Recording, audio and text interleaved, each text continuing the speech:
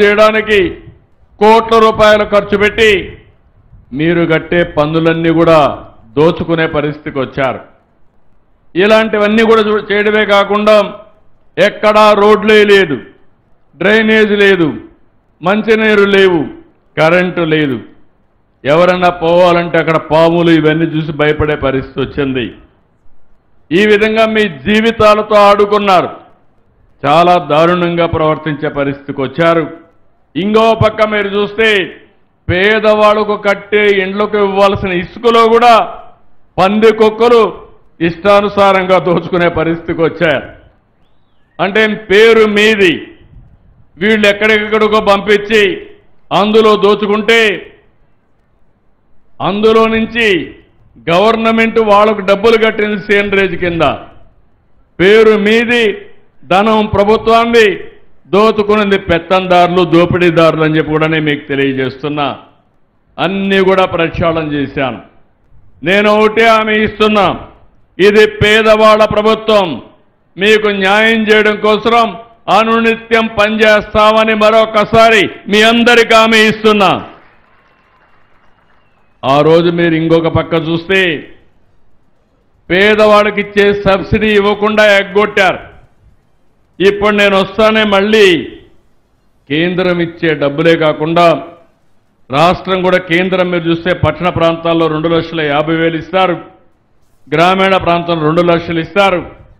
దీనికి అదనంగా బీసీలకు, ఎస్సీలకు 50,000, గిరిజనులకు 75,000, ఇంకో పక్కన పీవీటీజీ అంటే ప్రిమిటివ్ గిరిజన్స్ ఉంటారు, చాలా అడవుల్లో దూరంగా ఉంటారు, అలాంటి వాళ్ళకు అదనంగా 1 లక్ష ఇస్తున్నాం.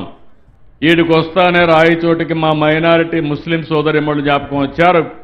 అందుకే చెప్తున్నా, ముస్లింలకు కూడా బీసీలు, ఎస్సీలతో సమానంగా 50,000 అదనంగా ముస్లింస్కి ఇస్తామని మీ అందరికీ హామీ ఇస్తున్నా. ఇప్పుడే డిపార్ట్మెంట్కి ఆదేశాలు ఇస్తున్నా, అందరితో సమానంగా మీకు కూడా ఇస్తాం.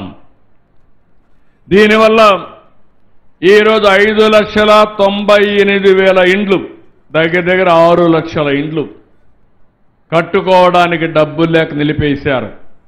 దీంతో వాళ్ళందరూ కూడా కట్టుకునే పరిస్థితి వస్తుంది. దీనివల్ల రాష్ట్ర ప్రభుత్వానికి 3,220 కోట్లు ఖర్చు అవుతుంది.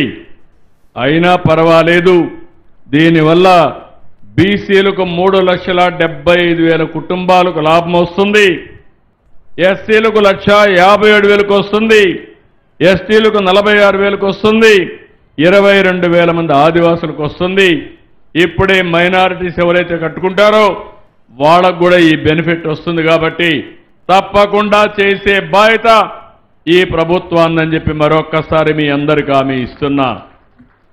ఇది కాకుండా ఈరోజు మీరు ఒక్కసారి చూస్తే నేను ఒకటే హామీ ఇస్తున్నాను, రేపు రాబోయే రోజుల్లో ఏదైతే తెలుగు సంవత్సర నూతన సంవత్సరం రోజు ఉగాది, ఆ రోజున 5,90,000 గృహ ప్రవేశాలు చేయించే బాధ్యత నాది. మా మంత్రి గారికి ఈరోజు ఆదేశాలు ఇస్తున్నా, సెక్రటరీ కూడా ఆదేశాలు ఇస్తున్నా, పూర్తి చేసే బాధ్యత మీది. చేయకపోతే మాత్రం ఒప్పుకోనని ఈ రాయిచోట్లో మీ అందరికి కూడా విజ్ఞప్తి చేస్తున్నా. ఆ తర్వాత మీరందరికీ రాష్ట్రంలో విజ్ఞప్తి చేస్తున్నాను, అన్ని ఎన్యూమరేట్ చేస్తున్నాం. ఎవరెవరికి ఇల్లు లేదో వాళ్ళ పేర్లన్నీ రాస్తున్నాం. మళ్ళీ మళ్ళీ విజ్ఞప్తి చేస్తున్నాం, మీ పేర్లన్నీ నమోదు చేసుకోండి. ఒకవేళ పెద్దవాళ్ళు కానీ పిల్లలుంటే నేను ఒకటి కొత్తగా ఆలోచిస్తున్నాను, విడిపోకుండా కలిపాలని. అవసరమైతే పేరెంట్స్ ఉంటారు, పెళ్ళైన పిల్లలు ఉంటారు, ఇద్దరికి కూడా కలిపి ఒక ఇల్లు ఇస్తాం, 2 ఇండ్లు ఇస్తాం. ఒక గోడ కామన్గా కట్టి 2 ఇండ్లు ఒకటే ఇచ్చి కుటుంబాలని విడగొట్టాలని కొంతమంది ప్రయత్నం చేస్తారు. కుటుంబాలని కలపాలని నేను ప్రయత్నం చేస్తాను. కలిసి ఉంటే కలదు సుఖం, విడిపోతే అన్ని సమస్యలే. ఒక సెక్యూరిటీ, కుటుంబం ఒకటిగా ఉండాలి, ఐకమత్యంగా ఉండాలి.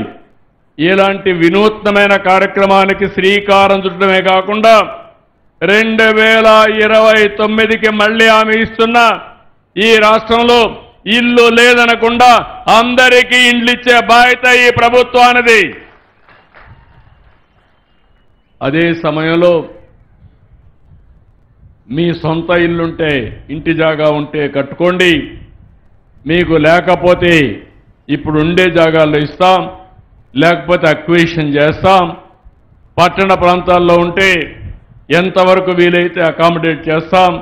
లేకపోతే 1+2 కానీ 3 కానీ అపార్ట్మెంట్స్ కట్టి బ్రహ్మాండమైన ఇన్ఫ్రాస్ట్రక్చర్ క్రియేట్ చేసే బాధ్యత నేను తీసుకుంటానని చెప్పి కూడా నేను మీకు తెలియజేస్తున్నా. ఇవన్నీ కూడా చేసి ఈరోజు నేను ఒకటే మిమ్మల్ని అందరినీ కోరుతున్నాను. ఇంటి జాగా లేని వాళ్ళు లేకుండా చేస్తాను, అందరికీ ఇస్తాం. ఇండ్లు కట్టిస్తాం, ప్రతి ఒక్క ఇంటికి కరెంట్ ఇస్తాం. ఇంటిపైనే సోలార్ కరెంటు తయారు చేసుకుని పేదవాళ్ళైతే ఉచితంగా 100% ఎస్సీ ఎస్టీలకు ఇస్తాం, బీసీలకైతే సబ్సిడీ ఇస్తాం. తద్వారా మీరెవ్వరు కూడా కరెంట్ అనేది మళ్ళీ బిల్లు కట్టే పరిస్థితి లేకుండా చేసే బాధ్యత నాది.